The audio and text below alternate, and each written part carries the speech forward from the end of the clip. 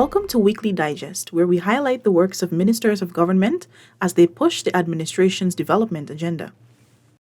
Scores of women and girls attended Linden's first We Lift exhibition hosted by the Ministry of Human Services and Social Security on Friday. The exhibition showcased 20 of Linden's female-owned businesses at the Watuka Guest House free of cost. Human Services and Social Security Minister Dr. Vindhya Prasad said We Lift aims to empower women and girls throughout the country. For the first time, We Lift is in Region 10. We Lift is in Linden. And it's a proud moment for all of us to be here with all of you, bringing an initiative that is very close to my heart. We Lift is not just an acronym. The acronym has great significance. Every letter stands for something that I would like women to do and to see and to be a part of. Women empowering, lifting, innovating, flourishing together. That's what We Lift stands for. It speaks to some core values that we want women to have, where among themselves they develop a very strong network where they're able to lift each other, to work together so that they can flourish in every environment.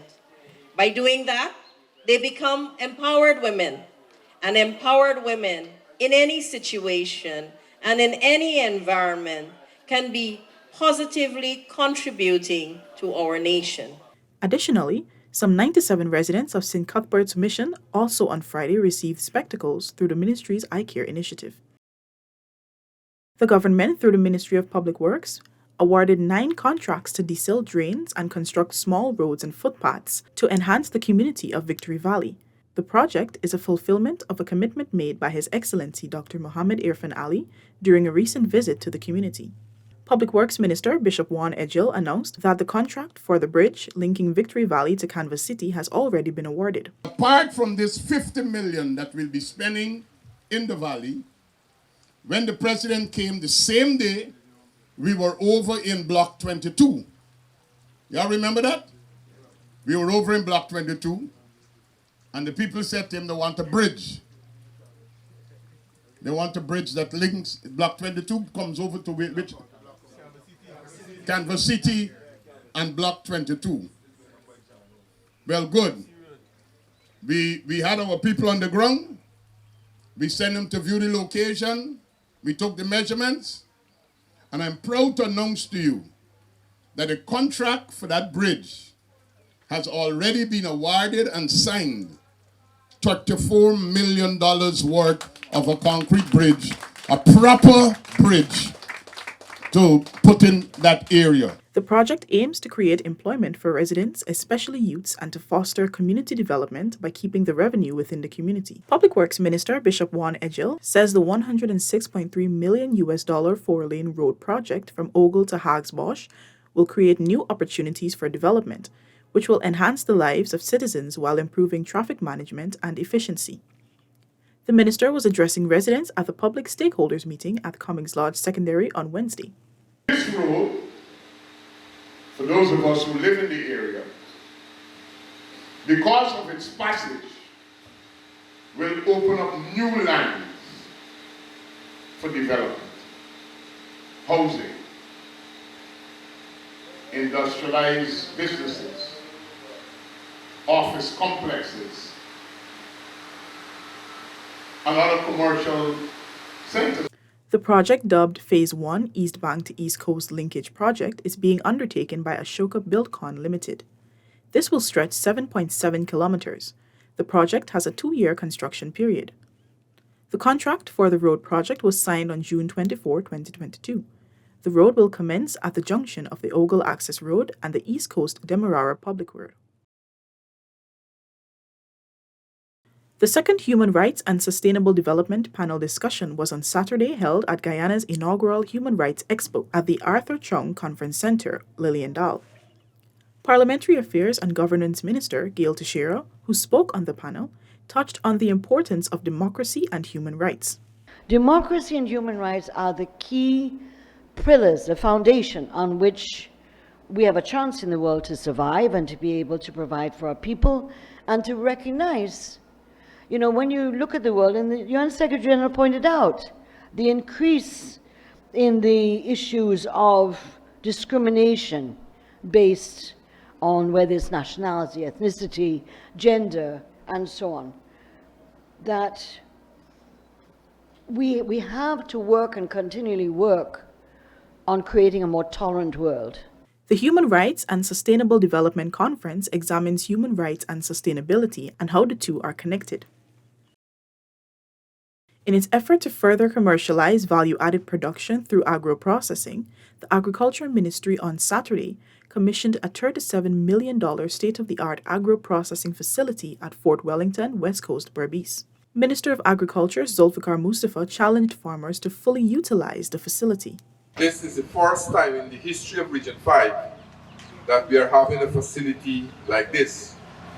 And I want to challenge the farmers in Region 5 that they must make full use of this facility. The facility will see approximately 700 persons, including farmers, women, and youths, from Regions 5 and 6 benefiting from services that will increase the value and extend their product's shelf life. Meanwhile, Minister within the Local Government Ministry, Anand Prasad, said the PPPC administration is committed to providing the best education for all Guyanese students. Whichever path you choose, I have faith that you will use the arduous academic knowledge and skills you have acquired throughout the Hinterland Scholarship. Throughout the Hinterland Scholarship Program to advance the development of yourselves and our country. As government continues to champion the agricultural explosion across the country, persons from various farming groups in Moruca Region 1 benefited from agricultural input. These include fogging machines, spray and water cans, wheelbarrows, grass cutters, and 2,587 black giant chickens. This is the execution of a commitment made by Agriculture Minister Zulfikar Mustafa to the farmers during an outreach last month. Minister Mustafa highlighted that government honors its commitment to delivering a better life for Guyanese. We are seeing today that more and more allocation, budgetary allocation, we are seeing today more and more resources are being made available to the people of our country. And we recognize that for us to develop our country, we have to invest in the people. Minister Mustafa told the farmers that government will continue to make the necessary interventions to improve the agricultural sector and is aggressively working to address the concerns of its citizens across the region. This also forms part of the CARICOM's food security agenda, which is to reduce the food import bill by 25% by 2025. Staying true to the commitment of President Dr. Irfaan Ali of protecting vulnerable persons wherever they are in the country, a high-level government team swooped down at Jawala and other villages along the Mazaruni River to assess the damages done by the recent flash flood. That team included local government and regional development minister Nigel Darmlal, housing and water minister Colin Crowell, and head of the Civil Defense Commission, CDC, Colonel Nazrul Hussain. Not only was an assessment conducted, but essential items like rain boots and water tanks were given to the affected families. He acknowledged the impact of the flooding on the village's economies as damaged farmlands, farming. Today we are up in the Upper Mazaruni, and our plan is to visit as many communities as possible so that we can have an understanding of the current situation and how you're affected. And then we report those to the President. And as best as possible, we'll be able to respond to some of your needs. A number of concerns were raised by residents, the majority of which were addressed by the ministers. Residents of Sawari Wau, Region 9, will get first-time access to potable water by January 2023, as government continues to make the necessary interventions across the country. This is a promise made to the residents during a 3-day outreach led by President Dr. Mohamed Irfaan Ali back in August. On Saturday last, the minister within the Housing and Water Ministry, Susan Rodriguez, visited the construction site to check the progress of the well. She highlighted that the interventions are part of government's 5-year strategic plan aimed at providing 100% access to potable water across the region. The minister assured the residents that plans are in place to meet their needs. We are going at a rate where we may even achieve that before 2025. Because as we come out into communities and we meet with you, and as the president goes out and meets with people, he has to respond. And so we make resources available to ensure that our people can live more comfortably, that their lives can improve. The residents were encouraged to properly manage and maintain the system. As the government shifts into overdrive to bring a better life to Guyanese, more than 500 residents of Coradona Region 9 will soon benefit from first-time access to potable water. The $48.6 million contract was awarded to A&E Construction Supplies and Services to expand the water distribution system. The project is slated to be completed by January 2023. This is a follow-up to a 3-day outreach led by His Excellency Dr. Mohammed Irfan Ali to several communities in the region back in August. During this outreach, residents indicated that only 50% of the community has access to potable water. Minister within the Housing and Water Ministry, Susan Rodriguez, affirmed that Guyana's indigenous people will not be left out of the government's transformational agenda. Some $500 million has been injected into the region to improve access to water since 2020. The aim is for every community to have 100% access to potable water by 2025. That's why I said very positively and confidently that we will be able to achieve our target, the latest by 2025, but before 2025. The major undertaking forms part of the United Nations Sustainable Development Goal 6, which speaks to providing safe, reliable water to everyone by 2030. Some 52 households in Quarry Region 9 will benefit from access to potable water with the drilling of a $35 million well and water distribution network. The contract was awarded to R. Kisoon Construction Company. The project is expected to be completed by January 2023. Delivering remarks at Quarry Community Center on Sunday, Minister within the Ministry of Housing and Water, Susan Rodriguez, emphasized that government is committed to ensuring hinterland communities access potable water. We want everybody to be receiving water because we have a goal. Our objective is that everybody by 2025 must have 100% access to potable water to your home. So we are working towards that. The new system will increase the area's water coverage from 20% to 95%. The drilling of the new well forms part of the government's 5-year strategic plan to achieve 100% access to potable water across the country by 2025. As government continues to push its aggressive housing agenda in hinterland communities, several village councils in Region 9 have already signed contracts to manufacture clay bricks for the Letem housing project. The largest one will be here in Shulinab, where we will sign a contract for the supply of 400,000 clay bricks with 6 teams here in Shulinab. This will provide equitable distribution of employment opportunities for many within the region. We want all of the resources and all of the money and all of the capital to be invested in the region so we can accelerate development in this region. And we're finding ways and means to do that every single day. The government will provide 600 low-income home buyers with $1 million each as part of a $600 million scheme to help offset the cost of living to their homes. With a drive of creating opportunities for learning, government has now equipped 279 more persons from Linden and Kokwani in Region 10 with various technical skills offered by the Board of Industrial Training, BIT. 65 persons from Kokwani earned certification in welding and fabrication, electrical installation, joinery, commercial food preparation, plumbing, and information technology. 214 Lindeners have been certified in various disciplines, including heavy-duty equipment operation, motor vehicle repairs, welding and fabrication, and electrical installation.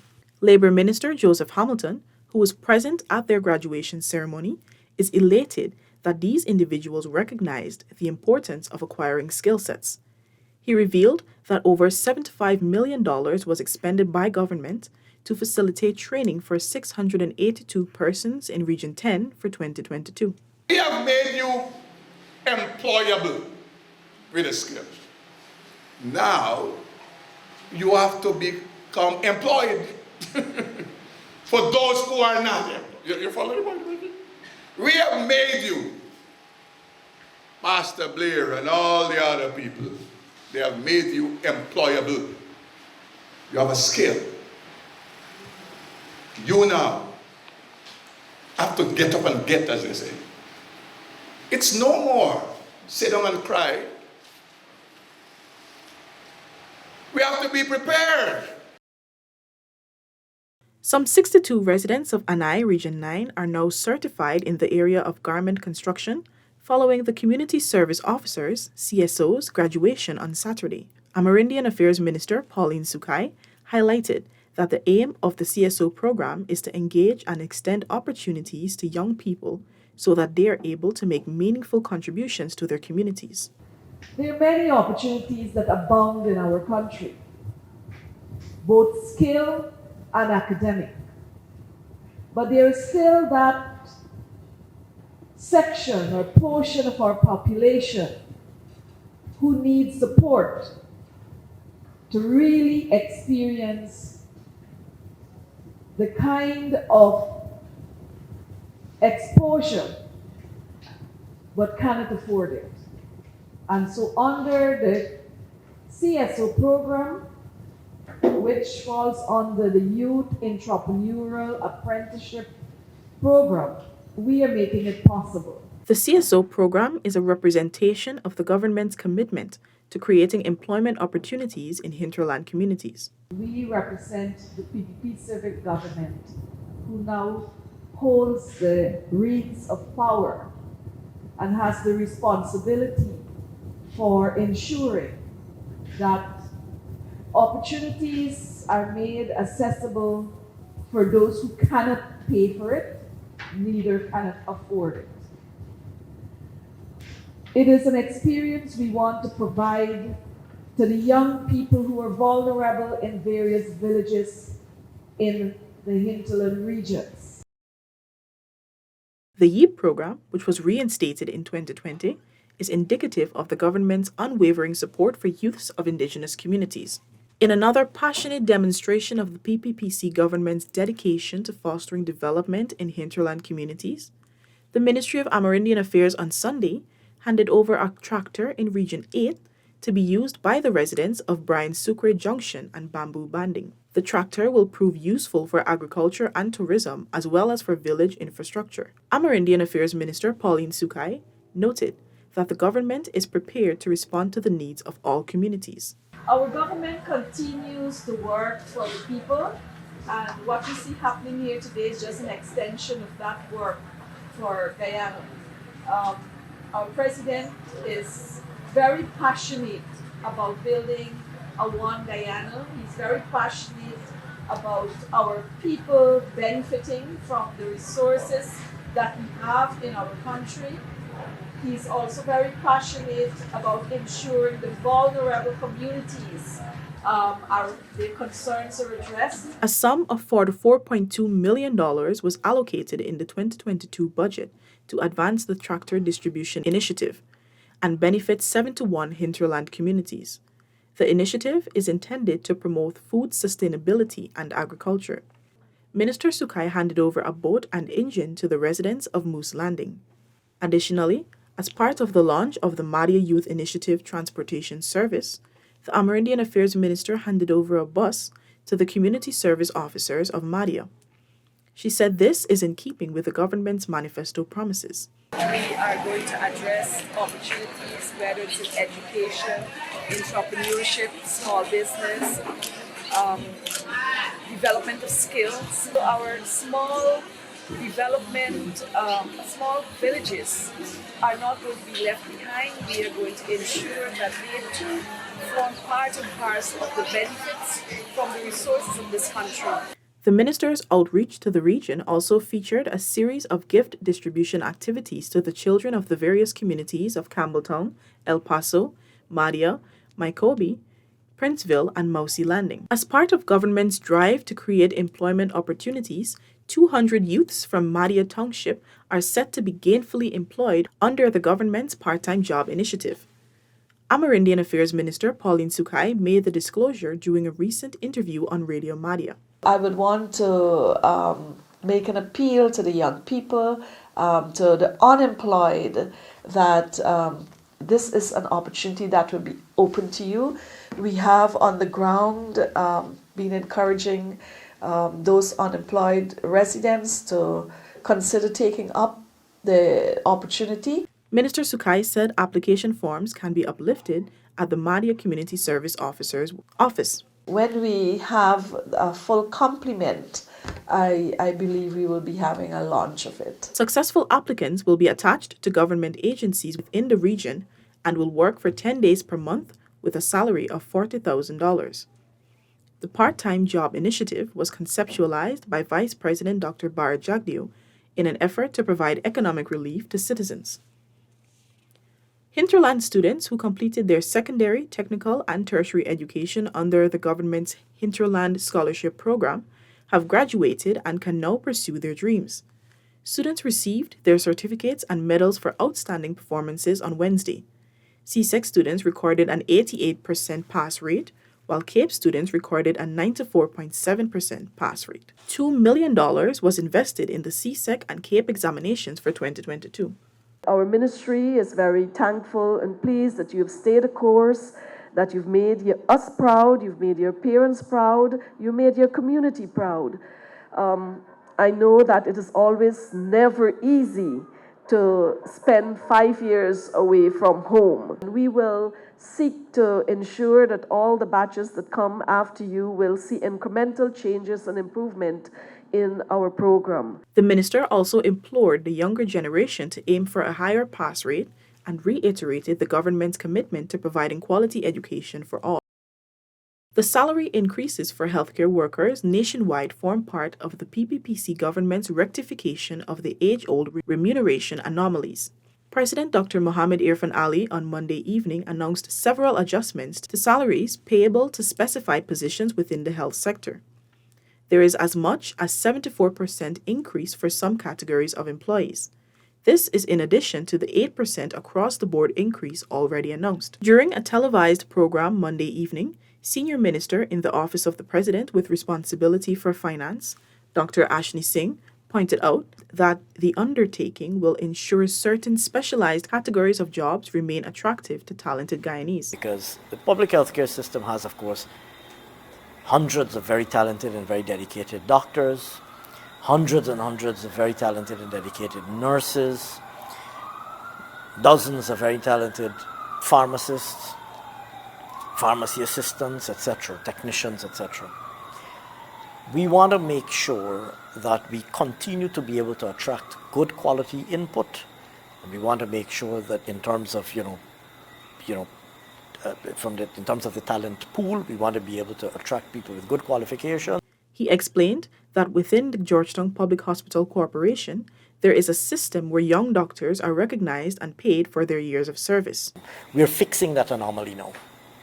So across the entire public healthcare system, whether you're working in GPHC, or Linden Hospital, or Mabaruma Hospital, or New Amsterdam Hospital, or Lethem Hospital, wherever you're working, this graduated system that remunerates you at one level when you're an intern, moves you up when you become a full-fledged GMO, when you're qualified fully as a doctor, you become an entry-level GMO or a government medical officer, moves you further up when you complete 1 year of experience, 2 years, 3 years of experience. That arrangement, which previously obtained only at GPHC, is now applied across the entire system. Meanwhile, Health Minister Dr. Frank Anthony believes the salary adjustment will see more of Guyana's medical talents remaining to support the local system.